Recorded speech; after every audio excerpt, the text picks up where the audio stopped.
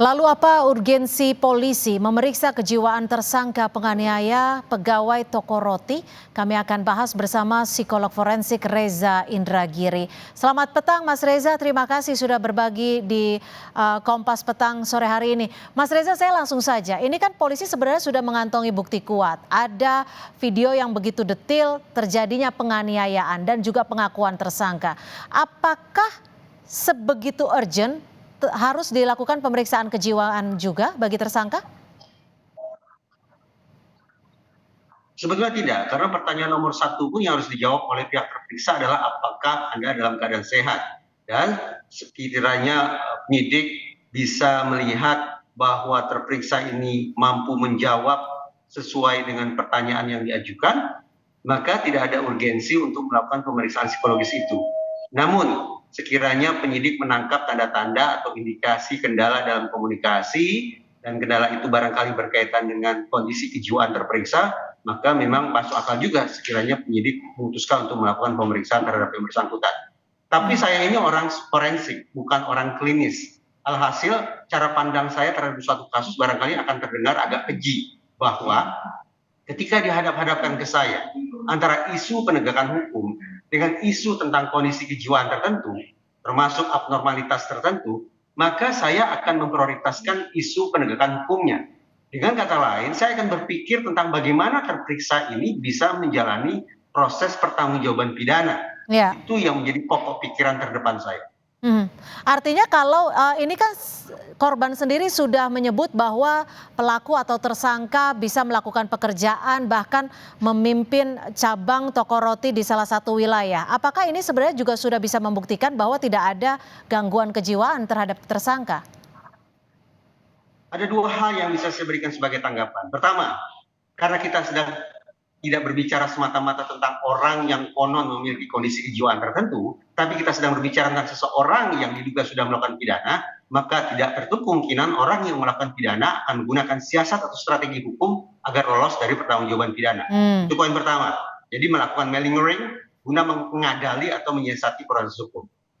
Yang kedua, andaikan yang bersangkutan dicap memiliki kondisi kejiwaan yang abnormal, bahkan yang paling parah sekalipun, jangan lupa sudah ada jurisprudensi dari Pengadilan Negeri Jakarta Barat di mana majelis hakim menjatuhkan vonis bersalah dan mengirim ke penjara seorang terdakwa yang hadir di ruang persidangan dengan membawa klaim bahwa dia punya penyakit jiwa.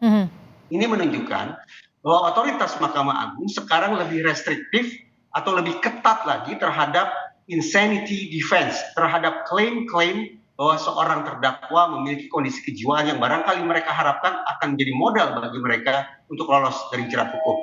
Jadi kemungkinan malingering atau pura-pura sakit untuk menyiasati hukum. Dan yang kedua, sudah ada jurisprudensi yang membuat klaim-klaim sakit jiwa itu tidak dengan mudahnya lolos dari pertanggungjawaban pidana. Tapi Mas Reza, di tahap gangguan kejiwaan bagian mana ketika seseorang itu bisa lolos dari hukum tapi mendapat penanganan kejiwaan seperti itu? Kalau memang ini menjadi salah satu kekhawatiran. Pertanyaan bagus, pertanyaan gitu, tetapi saya memilih untuk tidak menjawab pertanyaan itu agar tidak menjadi amunisi yang dimanfaatkan oleh para pesakitan manapun itu untuk kemudian menggunakan siasat-siasat tertentu dengan menggunakan perspektif yang saya sampaikan. Justru saya ingin mengingatkan isi pasal 44 ayat 2 KUHP yang acap kali juga dikesampingkan oleh otoritas penegakan hukum, bahwa ketika seorang pesakitan atau terdakwa atau bahkan tersangka dianggap memiliki kondisi kejiwaan yang sifatnya abnormal, klaim itu tetap diposisikan sebagai klaim sepihak.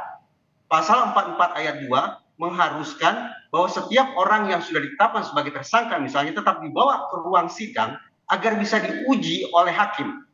Hakimlah satu-satunya pihak yang punya kewenangan untuk menetapkan apakah sang tersangka atau terdakwa itu nanti akan dikirim ke rumah sakit jiwa ataukah bentuk-bentuk penanganan hukum lainnya.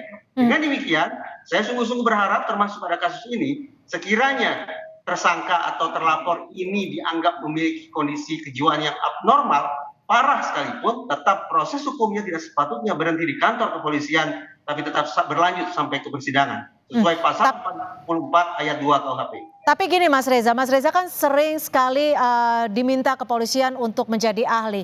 Kalau di kepolisian sendiri memang ada penilaiannya ya, terkait dengan di level berapakah seseorang bisa dikatakan gangguan kejiwaan sehingga bisa tidak dikenakan sanksi hukum?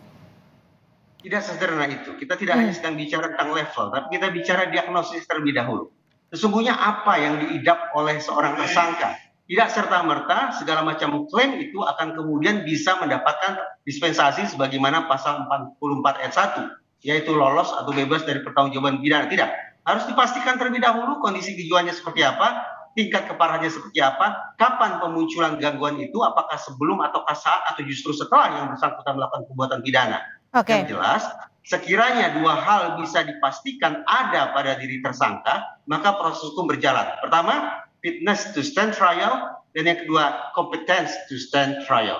Oke, singkat saja, kalau hanya sekedar emosional, ini yang diklaim polisi terhadap tersangka, sering tantrum, sering emosional, itu masuk dalam kejiwaan yang mengkhawatirkan sehingga tidak bisa dikenakan sanksi hukum? Tantrum memang merupakan masalah yang tidak juga bisa dipandang sebelah mata. Tetapi sepanjang yang bersangkutan tidak ditantrum, tapi mampu menggunakan akal sehatnya untuk menjawab pertanyaan, untuk berkomunikasi dengan baik, memahami hal-hal yang diajukan kepada dirinya, maka menurut saya proses pertanggungjawaban pidana tetap harus berjalan. Seorang anak kecil bisa tantrum, orang yang mengalami hambatan perkembangan juga bisa tantrum. Tapi sekali lagi, tidak serta-merta klaim tantrum itu akan membuat yang bersangkutan lolos dari lubang jarum. Baik, terima kasih Mas Reza Indragiri, psikolog forensik sudah berbagi perspektif di Kompas Petang sore hari ini. Selamat sore Mas Reza. Terima kasih.